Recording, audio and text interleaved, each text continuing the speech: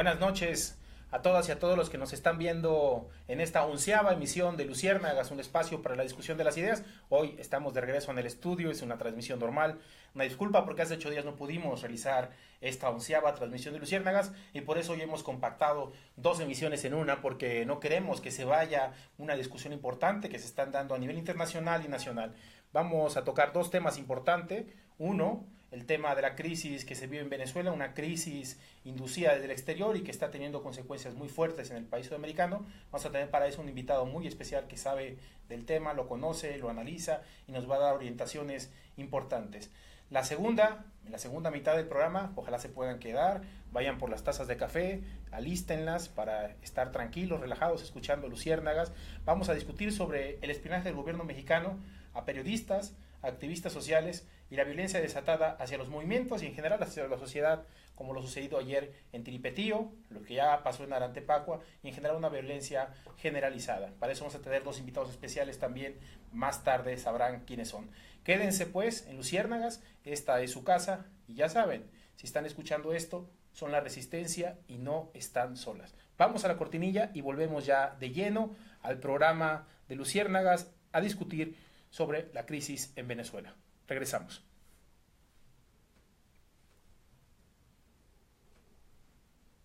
Luciérnagas, Luciérnagas, Luciérnagas. El espacio para la discusión de las ideas, para alejarnos del ruido mediático y encontrarnos entre los comunes. Si estás cansada de la desinformación, aquí tienes un espacio cada semana. Si estás viendo esto, eres la resistencia. No estás sola.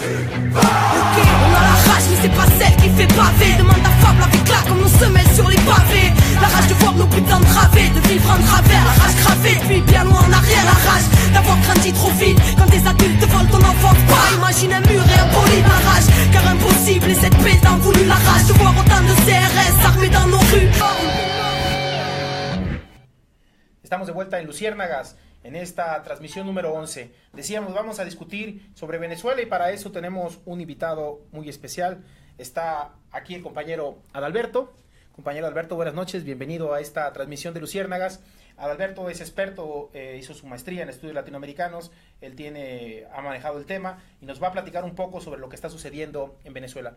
Y Adal, para iniciar esta cuestión, buenas noches, que nos puedas platicar qué está pasando en los medios de comunicación, en las redes sociales. Hay mucha información, casi toda de derecha, es decir, que hay una grave crisis alimentaria, una grave crisis económica en Venezuela, hay una hiperinflación y que el gobierno tirano de Maduro está destrozando al pueblo venezolano.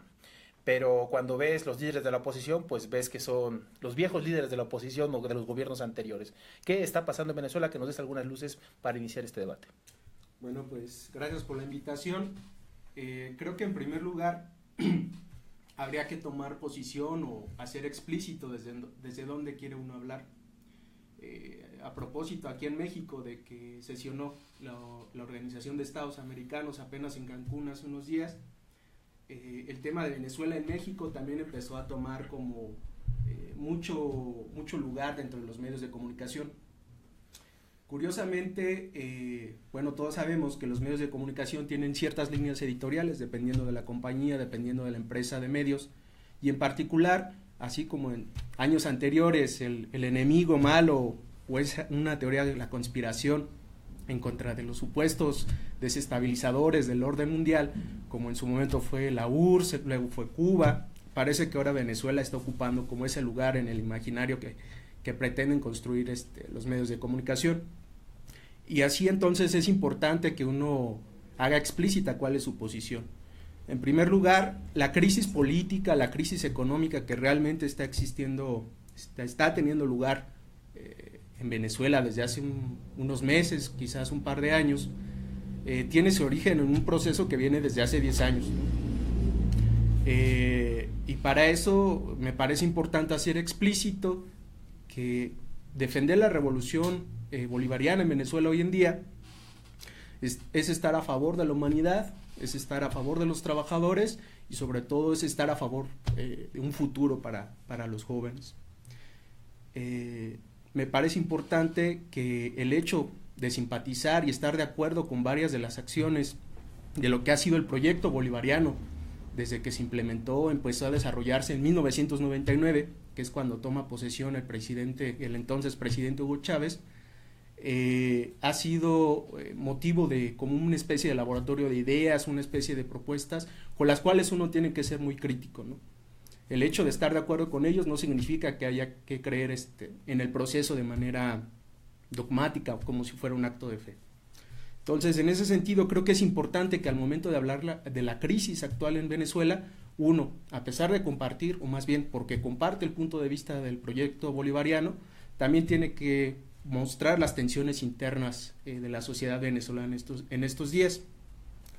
En primer lugar, es cierto que existe desabasto de alimentos, desabasto de productos básicos, de medicamentos incluso, pero no es un desabasto diferente al que se vive en México, ¿no?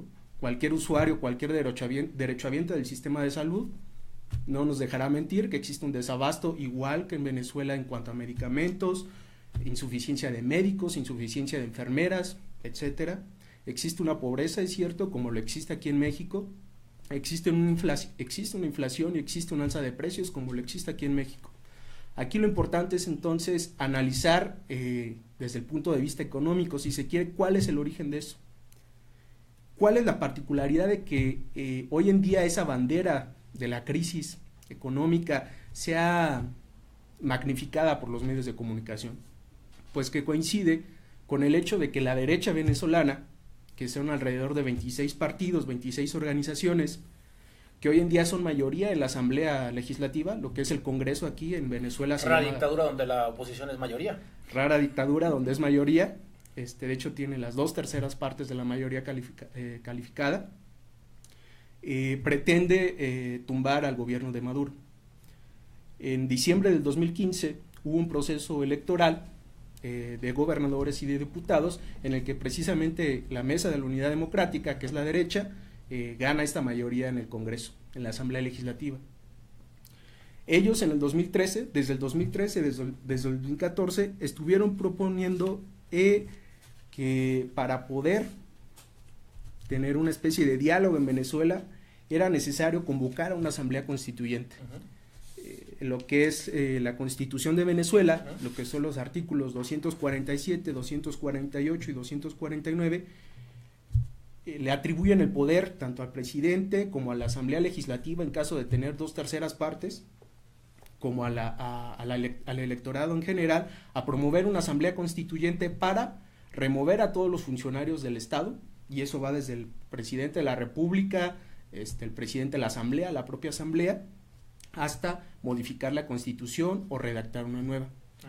Esa fue la bandera de la Mesa de Unidad Democrática desde el 2013 y 2014, y aquí están uno de los tweets de los dirigentes de derecha, entre ellos Freddy Guevara, la propia María Corina, y Leopoldo López, en el que ellos convocaban esa asamblea constituyente. A ver si se alcanza a ver allá en la cámara. Tras una serie de movilizaciones que hay en 2013, 2014 y ahora este tercer ciclo de movilizaciones que tiene lugar principalmente entre abril y mayo de este año, para tratar de resolver la crisis política que existe en Venezuela, el presidente Nicolás Maduro, hace uso de la Constitución para convocar a esta nueva Asamblea Constituyente. Distintos medios de comunicación venezolanos, curiosamente en Venezuela, la derecha tiene el suficiente dinero y tiene los recursos para pagar espectaculares en la ciudad, así como aquí vemos anunciadas marcas de refrescos. Bueno, allá la derecha paga espectaculares para decir que Nicolás Maduro es un autoritario y que está convocando una especie de autogolpe de Estado a través de esta asamblea constituyente. Entonces, lo que antes era su demanda, ahora lo ve o lo quiere manejar la derecha como un golpe de Estado. ¿Qué es esto de la asamblea constituyente? Que me parece que es el punto ahorita de la coyuntura. La asamblea constituyente es una peculiaridad quizás del pueblo venezolano, de la constitución política venezolana, por lo que le confiere, el poder que le confiere, que ya mencionábamos como cuáles son sus facultades, radica esencialmente en el pueblo. ¿Por qué? Porque está integrada por 554 constituyentes que no son elegidos a través de partidos políticos. sino que son elegidos directamente por sectores y por representantes de territorios de municipios por el voto universal y secreto. Hasta el momento ya se está cerrando actualmente el proceso de registro de los aspirantes. Se aspiran 5.500 personas, y de estas personas hay estudiantes, hay campesinos, hay pescadores, hay indígenas, hay incluso empresarios. Cada sector tiene determinado número de representantes. Hay los representantes también de los consejos comunales, y también hay espacio para representantes de trabajadores. Entonces, a la derecha esto le duele, porque si bien es cierto que es mayoría en el Congreso, que ganó la mayoría de los votos en el ámbito electoral, lo cierto es que no tiene la misma fuerza a nivel de la sociedad, ¿no? A tal grado que la derecha tiene miedo, me parece, de que sea esa asamblea constituyente integrada por personas electas directamente por voto universal, sin necesidad de partidos, sin necesidad de la intermediación de partidos, y siente que ahí puede perder el debate. ¿Cuál es el objetivo de Nicolás Maduro, me parece, y del gobierno chavista, o que se asumen como continuadores del proyecto chavista? Me parece que en primer lugar es tratar de trasladar lo que hasta ahora ha sido un conflicto muy parecido a una especie de guerra civil entre lo que es el gobierno venezolano y lo que es la derecha. Tratar de llevar la discusión hacia el ámbito de la política, involucrando a la mayoría de la gente, a la sociedad venezolana. ¿Cuál sería la apuesta, creo yo, del gobierno venezolano? Lograr que con esta nueva constituyente se eleve a rango constitucional lo que han sido hasta el momento los logros de la Revolución Bolivariana. Menciono por lo menos dos: el proyecto de las misiones, lo que vienen siendo como los programas sociales, pero que involucran en la participación de manera muy activa a la gente, ¿no? Tema de educación, tema de salud comunitaria, tema de desarrollo rural. Y el otro objetivo, me parece, es desenmascarar la actitud violenta y golpista de este grupo de derecha. Entonces, en ese sentido, creo que es como el gobierno venezolano, a través de esta iniciativa de Maduro, creo que lo que trata de hacer es llevar el conflicto al terreno de la política, y con eso veremos qué es lo que sucede el 30 de julio, que es cuando se eligen a estos constituyentes, y con eso tratar de acumular fuerza. Que este polo de trabajadores, de campesinos, de estudiantes que simpatiza con el proyecto bolivariano y que ha votado a los representantes del proyecto bolivariano, logren tener la fuerza suficiente, no solamente para elevar a rango constitucional lo que mencionaba hace un rato, sino para poder reorganizarse y volverse protagonistas otra vez del proceso revolucionario, o el proceso que está germinando para transformar la sociedad venezolana. Bien, nos dicen que se está cortando mucho y no sabemos si es nuestro internet o qué está pasando. Vamos a finalizar la entrevista con Adalberto, vamos a reiniciar la transmisión. De todos modos, vamos a resubir más tarde esta entrevista nuevamente, la vamos a volver a transmitir en vivo. Se está quedando grabada aquí, la vamos a volver a pasar, pero me gustaría concluir, Adalberto, con esta anotación de que más tarde la retransmitiremos otra vez en vivo, para que la vean los que dicen o están comentando aquí en el en vivo que se está cortando. ¿Qué pasó en la OEA? ¿Qué está sucediendo? ¿Qué sucedió aquí en México, por cierto, en la cumbre? ¿Y qué conclusiones se toman de ahí, de esa cumbre?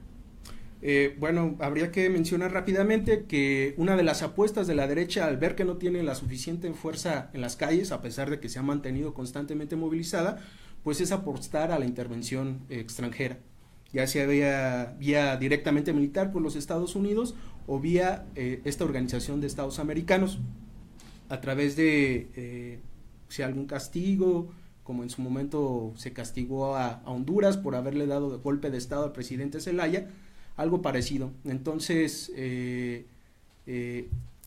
hace unos meses esa intención ya la tenían en la orden del día de una de las reuniones de la OEA hace unos meses, no lo pudieron concretar. Ahora en Cancún, en estos días, tampoco lo pudieron concretar. La apuesta de la derecha, entonces, convalidada o respaldada por los ministros que llevaron esa posición a la asamblea de la OEA, pues era eso, facilitar la intervención en Venezuela y derrocar al gobierno de Maduro. Fracasaron entonces Fracasaron. En México, la cumbre de la OEA. ¿Qué papel está jugando el gobierno mexicano en esta en esta situación internacional contra Venezuela? Bueno, pues Videgaray, al que dijo que él llegaba a aprender a esa puesta, a ese puesto. Perdón, hay un tuit de nuestro invitado que puso que aprendió exteriores. muy bien de la canciller venezolana. Llegó a aprender, pues es precisamente como ser la punta de lanza, ¿no? Lo que el gobierno norteamericano no puede decir explícitamente, como si hiciera falta hacerlo, lo está haciendo Videgaray, ¿no? En este caso le tocó ser el presidente de la sesión, de la discusión, perdón, y hay un dicho, ¿no? Farol de la calle, oscuridad de tu casa, y pareciera que lo que le recrimina México al gobierno venezolano es precisamente aún mucho más criminal lo que está sucediendo aquí en México. Sí, hay dos debates que dejó esa cumbre que recomendamos que vean los que nos están siguiendo en esta transmisión. Uno con la canciller de Honduras, que fue